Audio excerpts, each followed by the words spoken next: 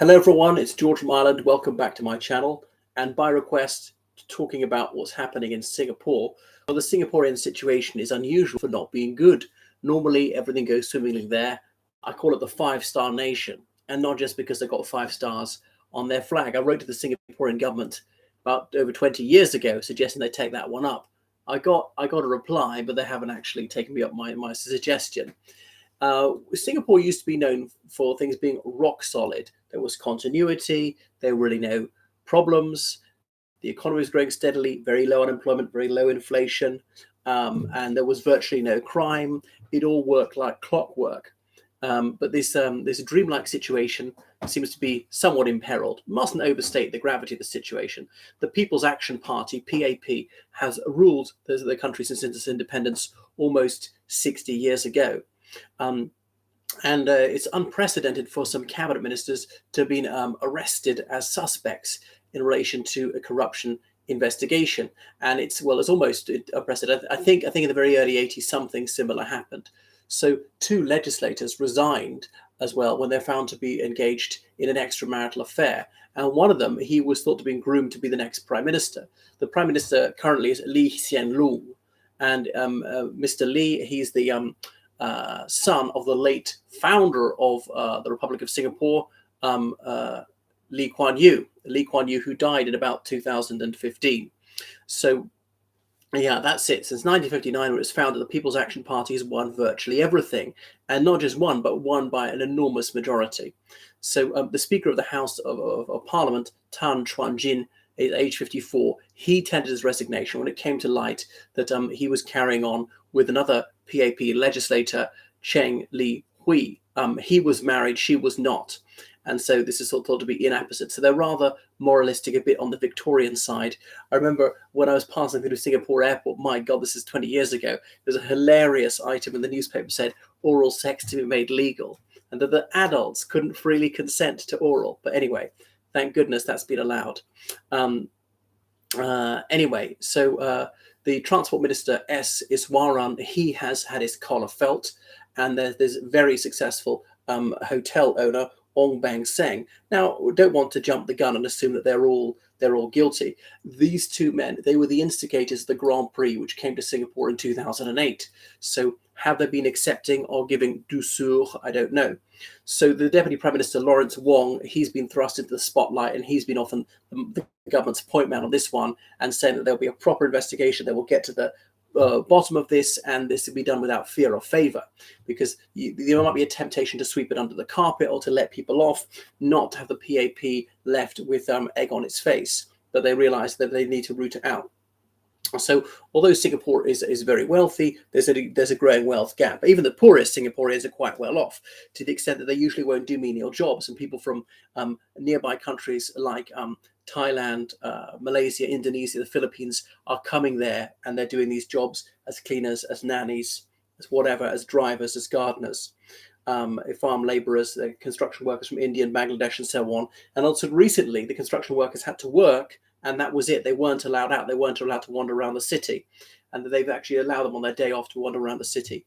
There was one place where all the Filipinos used to hang out, Pinoy Plaza, I used to call it. I've been to Singapore twice for 2 extended visits, but the last one was, almost 10 years ago. So there's this anti-graft corruption which is going on. People used to say it was Disneyland with the death penalty. The reason that why it's got very low crime is partly there are severe punishments. Importing even cannabis above a certain amount is punishable by death. When they say that, they're not joking. They mean what they say. They really will stretch your neck, even if it's cannabis above a certain amount. And there have been some very contentious cases where people have been executed who I just think or faintly dim, people who are hoodwinked into it, people who are like mentally subnormal, were persuaded to carry drugs into Singapore. Anything else about it? So the police is very inefficient. The incorruptibility of the police was notable, almost unique in Southeast Asia. So people used to joke that the People's Action Party was pay and pay, the people having to paying to the government. But the PAP delivered results. There was steady economic growth. There were no significant problems, and that was it. The country was safe. Loads of Western, corporations, they put their regional headquarters for Southeast Asia in Singapore.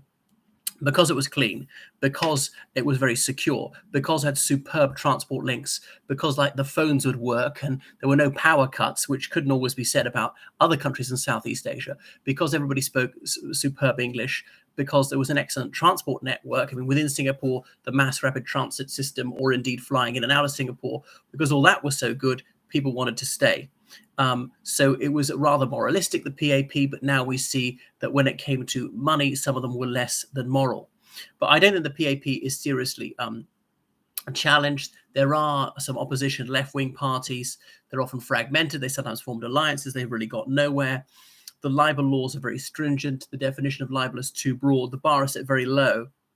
If you can't prove almost to a criminal standard what you're saying is factually correct, you can be hit with a massive damages claim. So you mustn't do anything which will bring the government's reputation into disrepute. So it was very, very low on the corruption stakes. Transparency International rated it the 5th lowest, but it's going to have to go up a few levels. But the situation shouldn't be exaggerated. It's not that bad. But the Prime Minister Lee, he's said they want to step down from the prime ministership. He served for 19 years already, 71, and that's it. He's on his second wife. His first wife died quite a few years ago. Would like to spend more time with his grandchildren. But he ought to be able to add up. You know, he was a wrangler at Cambridge University, which is to say he came first in mathematics in his year, way back in the 70s, before being an officer in the Singaporean Armed Forces, rise to the rank of brigadier before he entered the political forum, and he's been in public life ever since. So the next general elections are due by November 2025. I suspect the PAP will try and leave it, so time for their reputation to recover. Also, Mr. Lee to find a new hand-picked successor and pass on the baton, and things could go better.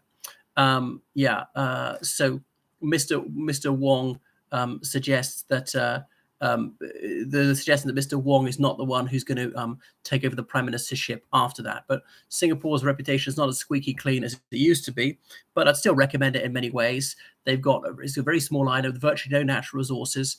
As Lee Kuan Yew wrote in his book about it, From Third World to First, that the situation seemed grim when they split from Malaysia in 1965. They had no oil, no gas, no coal, no metals, hardly any farmland.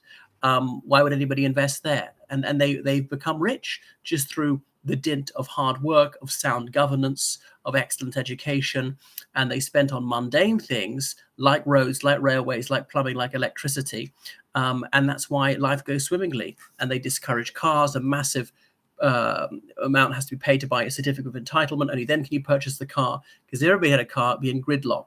So they've really downgraded individual liberty for the sake of making the place livable for the majority of people, and have superb public transport. There's no need to have a car. You can get everyone by train and bus very cheaply. Thank you so much for watching my video. Please subscribe on Patreon and donate on PayPal, georgecallahan79@gmail.com. Toodle pip.